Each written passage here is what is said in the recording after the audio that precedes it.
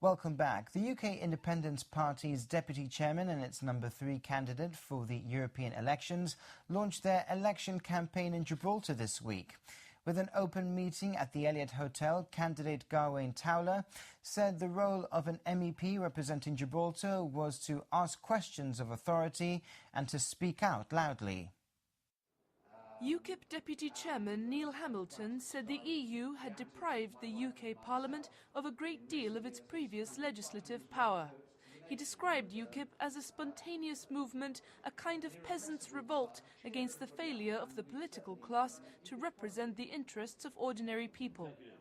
Gawain Towler is third on UKIP's slate of candidates and is hoping to win his party an extra seat. He said an MEP representing Gibraltar should listen, speak, shout, write letters and cause as much trouble as possible. Mr. Towler said there was an enormous lobby against Gibraltar in the European Parliament and that Spain was not acting like a modern 21st century democracy. He added UKIP would like to put forward the option of having an MP to represent Gibraltar in the House of Commons. Mr. Towler also said he believed it would be sensible to station a company of Royal Marines in Gibraltar. The European elections are on the 22nd of May, and Gibraltar will be voting for the third time as part of the southwest of England region. UKIP is campaigning for a withdrawal from the European Union and is represented in Brussels by 9 MEPs.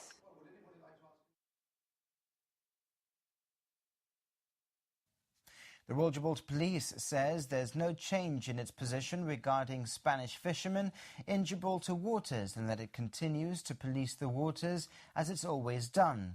This follows claims from fishermen in La Linea that they are no longer being stopped from fishing by the RGP. The fishermen are, however, highlighting problems with contamination in the area, saying the situation is now unsustainable. At the same time as some of the fishermen claim the situation with Gibraltar has eased, they're now confronted with contamination in the area, which they say is causing the sector serious difficulties. The extent of these difficulties has been put to the representative for fishing in the Andalusian Parliament. During a visit to La Linea by the politician José Manuel Martínez Maliá, the president of the La Linea Fishing Guild, José Manuel Morente, said the fishermen had now been unable to fish for over 100 days, with the fishing site in La Tunara closed for almost a year. The fishermen, he says, are reporting a serious loss of income, with measures to counteract the problems not having proved successful. The Guild says it's sinking deeper into debt and now owes over €200,000, which means it's unable to pay suppliers and bills. The Fishing Guild says it can't emphasize the seriousness of the situation enough and that no help it receives will be sufficient. A local dramatist, poet and former teacher, Humbert Hernandez, has launched his first book of short stories. El Economista, published by Galpe Press and featuring illustrations by Alan Perez, is a collection of tales set in the Gibraltar of the past. Cristina Cortés asked the author what had led him to write this book. Well, I suppose it's a factor maybe that I've been retired now for the last 12 years, and one has to fill one's time, apart from all the daily family chores, etc. And these were childhood reminiscences that were going around my mind for ages, really. But I've always been very busy bringing up a family or doing theatre or my professional duties, and I never had time to write, really. I started writing about 5 years ago. I started writing reminiscences, really. And then I thought, well, why not give it some shape, some form? And I settled on a short story. And that's how they came about, really. If you want to know about the process of writing itself, well, it has to be up here first before it is in the pen. And generally I have to work it out well in my mind before I start writing. So are each of these stories based on specific memories or anecdotes? Well, some are based on specific memories. Others are based on hearsay, shall I say. I mean, I was brought up in the 50s and 60s, right? And I've always lived in working class areas, surrounded by men and women that were haunted by superstitions, by and by that sort of thing. So a lot of stories were going around my head. A lot of them I knew were just not right.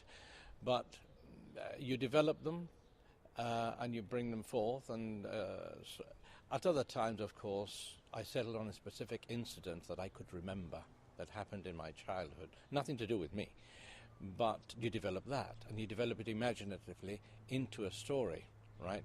I mean, when I say childhood reminiscences, that's just the germ of the story. I mean, the whole build-up, the whole development of it, that is an imaginative exercise. What drew you to the short story as a form of writing? I don't think I am skilled enough, at least not at the moment, to write a novel, something longer. I think I can cope with the short story well enough, where there is a definite beginning, a development, and an end, right? A novel, I think, needs a lot more planning, and I think that may be in the future or not at all. It's a collection of short stories in Spanish. Why did you choose this language to write in?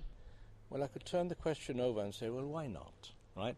We are a bilingual community, or so we are proud to say, and there are very few people who write in Spanish. Now, I didn't learn English till I went to school when I was 5. The language I spoke at home all the time was Spanish because my mother is Spanish, right? And I have read an enormous amount of literature in Spanish because that is what I found at home, right? At the same time, I've read a great deal in English as well. But let us say that when I go back to strong emotions, even to swearing, I tend to swear in Spanish. I tend to express strong emotions in Spanish rather than in English. And so I settled in Spanish. I mean, how could I write about the 1940s, the 1950s in a Gibraltar where not everybody spoke English like we do now? I mean, that has happened since 1969 when the frontier closed. We became very anglicized. But before that, I think the main language was Spanish, except the civil service in officialdom. And so if I'm writing about the 1940s, the 1930s, the 1950s, even the 1960s, it was natural to talk, and how could I write the narrative in English and the dialogue in Spanish? It just didn't marry. And so I settled on Spanish. So, a snapshot of the past, is that what you'd like readers to take away from this book? Well, in the first instance, what I want people to take away is just pure enjoyment for reading. That's the first thing. And secondly, yes, it is a snapshot. I mean, the stories range from medieval times right up till the present, right? So, yes, in a way, it's going through social history and of course, the more you go into the past, the more accurate you have to be with your details and more research you have to do. But I think that is something that can be an eye-opener for many people, to see how people lived not so long ago in the 30s, the 40s, the 50s, the 60s, etc. Yeah. The John Macintosh Hall this week celebrated 50 years. Centred at the heart of Gibraltar, this centre for culture and education has been at the forefront of the Rock's history and helped shape its future as well. 50 years of the John Macintosh Hall. It was back in 1964 when Gibraltar saw the opening of a new central hub for the Rock's cultural needs. Not long after, plays were being held here. Stellar productions from our community's most talented and versatile performers. From dramas to comedies, Shakespeare to Yanita originals.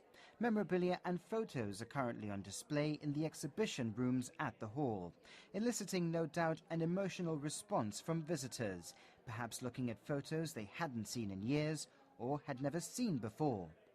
This is one aspect of the John Macintosh Hall's use and one that continues to this day. This all came about because one man who died a few years before that had bequeathed a sum of money to a public trust to be used for the development of culture and education in Gibraltar. And that is exactly what this place represents. It has been a centerpiece of cultural activities. Another proud Gibraltarian at the opening of the exhibition was Cecil Gomez, who was the first to put on a production at the hall back in 1964. We were here a year before, and the architect asked us for any changes. We submitted 12, and none were done. Okay, right. But afterwards, it was lovely, really. We were almost like the in group, But what's most important is that together with Colonel Hunt, we built up a system here so that other groups could take part without having to pay a lot of money. What it means to me is it reminds me of the wonderful time we had in the young days when we had all this magnificent place about, where we had people who were willing to do away with their free time in order to be part of this place. It shows us the roots when Elio Cruz does the Lola va pa Londres. Those are roots. That's what it was all about. That's how Gibraltar was in those days. And I think it's very important. I hope that a lot of youth come round to see it. But this has not only been a site for productions. Its library has seen a steady stream of students use their valuable time to study for exams and reference books for the betterment of their education. The John Macintosh Hall has also played a major role in Gibraltar's political history. The hall was the headquarters and the site for the count for the 1967 referendum, and where constitutional talks were held by Sir Joshua Hassan that led to the 1969 constitution. And, of course, the hive of activity when election time comes round. It all happens at the John Macintosh Hall. And events continue to be held here to this day. One such event, the Flower Show, has been held by the Horticultural Society here since the hall opened. As a society, we've been a society for 60 years, and the 10 years prior to this opening, we had various other places. But once this John Macintosh Hall opened, we moved straight in, and they gave us a special room through there, which we use to this day, and all our events are held here. The exhibition is open from 9:30 until 10 in the evening, Monday to Friday, until the 2nd of May. For the last 50 years, the John Macintosh Hall has been at the centre of Gibraltar's cultural, educational and political history, with numerous productions, exhibitions, conferences, school plays, beauty pageants and, of course, election nights being held right here. From students wanting to excel in their education by using the library, to artists wanting to show off their latest creations here at the exhibition rooms, to politicians beginning the work of government after the votes were counted in this very building. And the fact that it's still being used today shows that the John Macintosh Hall has staying power and is a part of not only Gibraltar's history, but its future as well. For the rest of this week's news, you can head over to our website, gbc.gi/news. And don't forget, of course, to tune into Radio Gibraltar and GBC Television throughout the week for the very latest local news. You can also follow us on Twitter and Facebook as well. Thank you very much for watching. Enjoy your Easter weekend. Good night.